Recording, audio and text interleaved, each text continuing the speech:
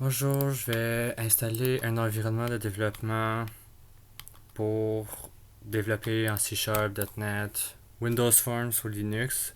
Ce que je vais télécharger, c'est Modo Develop, un projet qui semble être archivé depuis je sais pas trop quand en 2021.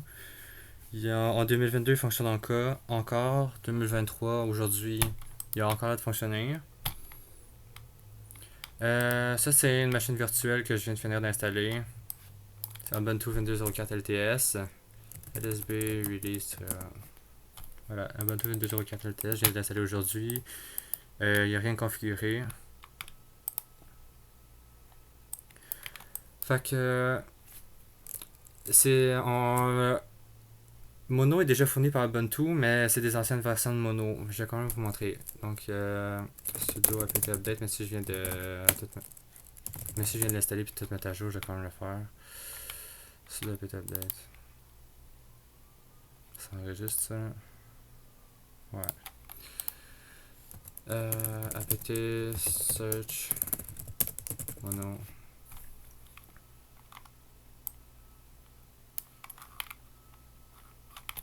Bon, Mono est dans ce coin-là. Mono develop, tout ce Mono-là. Je peux faire apt show mono complete. Puis on voit que c'est dans la version 6.8.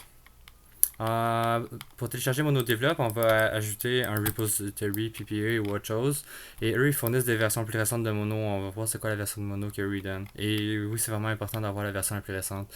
Parce que sinon, il y a plein de features de C Sharp. Il y a plein de fonctionnalités de C Sharp qui seront non disponibles. Puis là, je parle du langage, la syntaxe, tout ça. Ça va être vieux sinon. Fait que. Puis ça se peut que j'utilise Firefox à plusieurs reprises dans la vidéo, fait que je vais quand même le configurer un petit peu. Retirer.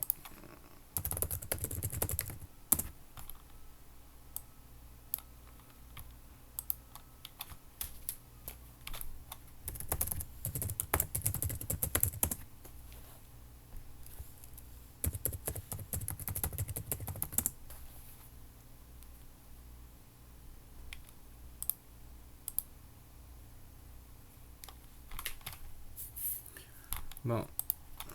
Mono develop. Install.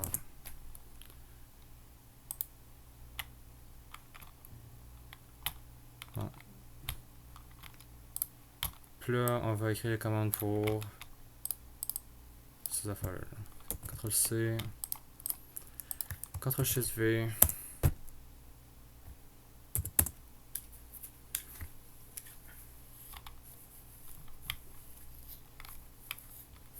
Ah, c'est la fini. CTRL-C. SHIFT-V.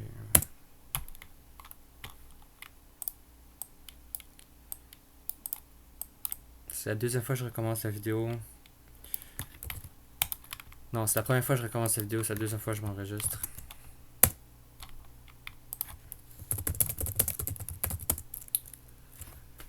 Le premier coup, j'ai fait une petite erreur niaiseuse, puis pour garder la vidéo le plus simple possible, j'ai décidé de recommencer. Bon, fait que là, sudo apt update. Fait que là, on peut faire apt search. Oh non.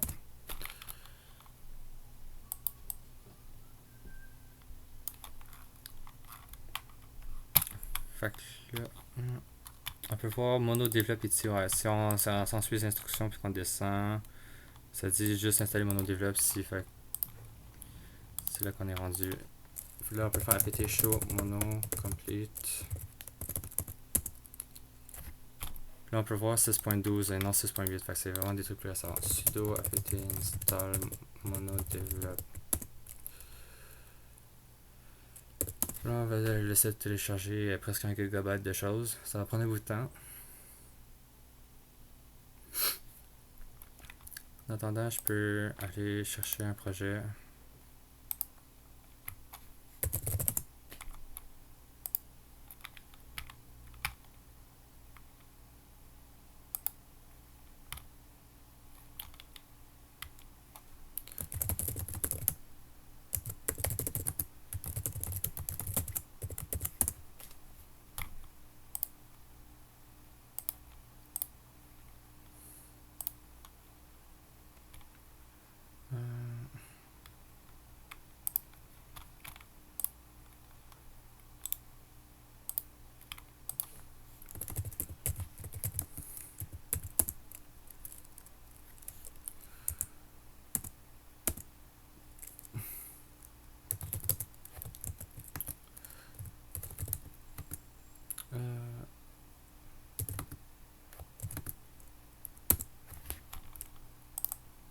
Je m'en fous que vous voyez la clé publique, elle sert à ça.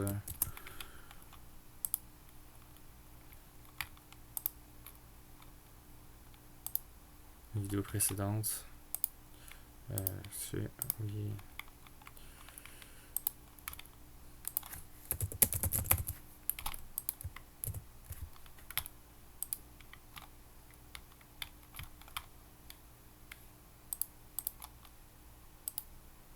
Non, repository scan. Ah, la blotte de la session 4, faudrait peut-être que je m'en occupe.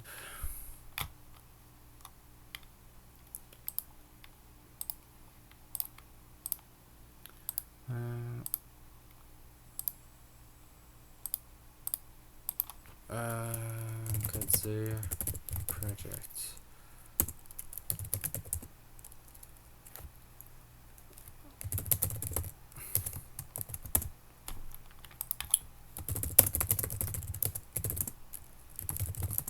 Ah, crise de... On va attendre que l'autre ait terminé.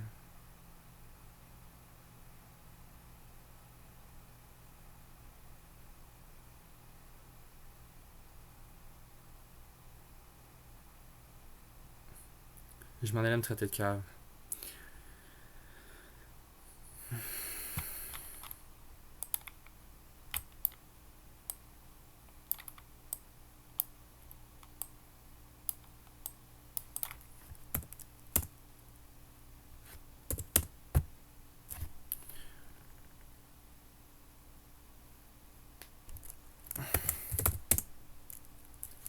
Yes. Bon.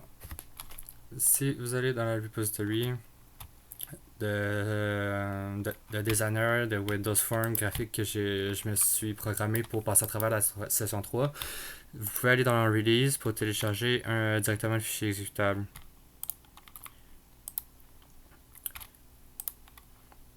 Mais je peux aussi vous montrer comment le compiler à partir de la ligne de commande. Admettons que vous ayez des problèmes ou je sais pas quoi. C'est toujours bien de savoir comment faire les choses pour soi-même. Donc là, si on s'en va dans le projet, là, mon terminal en ce moment, il est un dossier plus haut que l'explorateur de fichiers. Il y a plusieurs outils en ligne de commande. Il y a Xbuild qui est vieux. Si on fait help, mettons, ça dit qu'il est deprecated. Puis il va être remplacé. Je pense qu'il a été remplacé par MSBuild.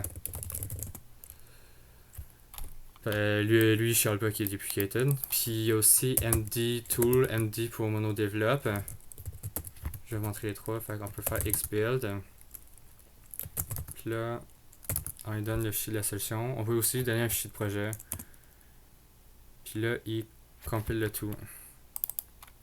Là, on peut aller dans bin debug. On va dans un terminal. Puis là, on peut exécuter le fichier en faisant mono et en lui donnant le nom du fichier en premier argument. Et il lance le truc. Voilà.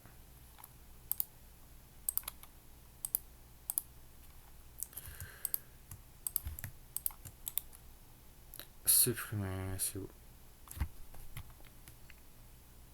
Ah, d'accord. On peut aussi utiliser MSBuild pour compiler. On lui donne le fichier de la solution. MSBuild fait vraiment la même chose que Xbuild. Je pense que c'est MSBuild qui est la nouvelle version de Xbuild ou whatever. Fait que ça fonctionne. Mono. Voilà.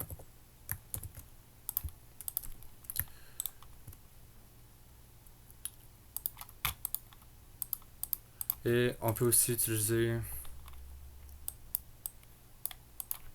MD Tool, build, et on lui donne le fichier de la solution. Il veut pas autocomplete. Puis ça, c'est les outils de MonoDevelop.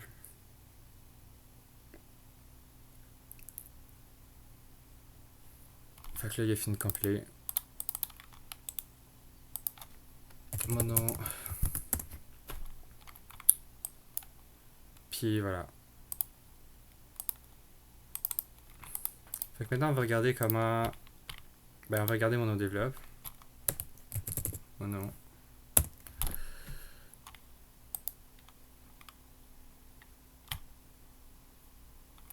Et puis, voilà, affiche-le.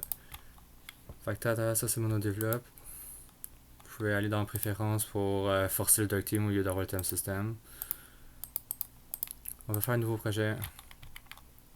Là, on va aller dans .NET, puis on va faire un projet à console en C#. Suivant. Là, tantôt j'ai créé un dossier Projects P majuscule, c'est le même que celui-là. Dans ce projet, console test. Fait que là, on va ici qu'à l'intérieur du dossier Projects, on va créer un dossier console, puis à l'intérieur, on va créer le fichier de la solution. MonoDevelop, ça essaie d'être un remplacement de Visual Studio qui est habituellement utilisé quand on fait ça, quand on développe ça sur Windows.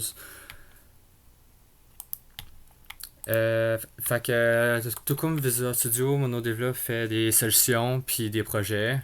Une solution, ça contient des projets, puis c'est les projets qu'on développe. Fait que ça, c'est un projet en console. Puis là, on va se rendre à l'endroit du projet. Console test. Fait que là, ici, on a la solution qui contient un projet. Fait que la solution, c'est le fichier SLN. Le projet, c'est le fichier CSproj qui est là. Puis là, en ce moment, on voit rien. On va cliquer sur Play. Là, il y a une erreur, je vais en parler dans pas long. Mais malgré l'erreur, il a créé, il a compilé le fichier. Fait que là, on peut lancer Mono avec le fichier. Puis on voit que ça s'exécute. L'erreur, cette erreur-là, c'est que MonoDevelop il essaie d'utiliser un fichier qui n'existe pas. Comment que vous pouvez corriger cette erreur-là? C'est. Attends, on va regarder plus proche. Là. Il essaie d'utiliser le fichier dans USR, lib, GNOME Terminal, GNOME Terminal Server. Ce fichier-là, il n'existe pas. Pour fixer ça, vous pouvez faire un lien symbolique. Alors, pour fixer cette erreur-là, vous pouvez faire un lien symbolique à cette destination-là qui pointe vers USR bin GNOME Terminal. Fait que c'est ça qu'on va faire. Sudo ln. Attends. ln-help. Je ne m'appelle jamais. C'est la cible en premier, ensuite le nom du lien. D'accord. Sudo ln. USR bin GNOME Terminal. Puis il veut à / USR lib GNOME Terminal GNOME Terminal Server. J'ai fait de typo là. GNOME Terminal Server. Ah ouais, c'est vrai, le dossier n'existait pas. Un code dire. On va créer le dossier. Puis là, on crée le lien symbolique. Puis là, si on clique sur Play, ça va fonctionner. Voilà. Pourquoi il y a une deuxième console qui s'est ouverte, ça j'en ai aucune idée. Maintenant, au lieu de faire une application console, on va faire une application graphique. Fait que on va créer une nouvelle solution. Là, je sais pas pourquoi il y a du texte par-dessus du texte, mais je m'en fous. Là, il y a ça s'appelle des templates. Puis il n'y a pas de template pour une application graphique de .NET Framework, Windows Form. Fait que ce que vous allez faire, c'est un projet vide. Puis on va créer une application graphique de A à Z au lieu d'avoir un template. Fait que WinForm Test. Cet endroit-là où il crée. Puis quand ça dit projet vide, là, c'est vraiment un projet vide. Là. On peut aller ici. Là. C'est. Il y a juste le CSproj, puis il n'y a aucun fichier. Là. Fait que là, il va falloir ajouter des trucs. Bon, là, modifier les références, je sais pas pourquoi il est barré. Ça, on peut le fixer en créant un premier fichier. Fait que c'est ça qu'on va faire. Ajouter nouveau fichier. Programme.cs. Bon, là, on va aller dans modifier les références. Puis on va avoir besoin de rajouter 3 choses de base pour une application graphique. On a besoin de système. Ça, c'est très important, système. Ensuite, system.drawing. Finalement, system.windows.forms.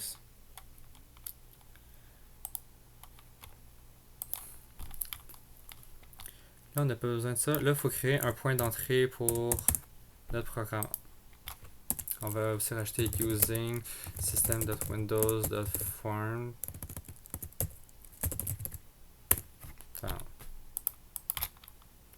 projet, modifier les références. On va rajouter un random comme lui. Projet, modifier les références. Là, ici, là. Bon, go figure out. Donc là, on rajoute le point d'entrée. Public, static, void, main. Non. C# c'est Pascal case, donc ça commence même par une majuscule. String, args. Puis là, on peut faire system.diagnostics.debug.writeLine SDF. Là, on va voir dans la console de débugage ASDF qui va apparaître. Sortie de l'application, voilà. ASDF. Là, nous, on veut une application graphique. Fait qu'on va créer une classe form1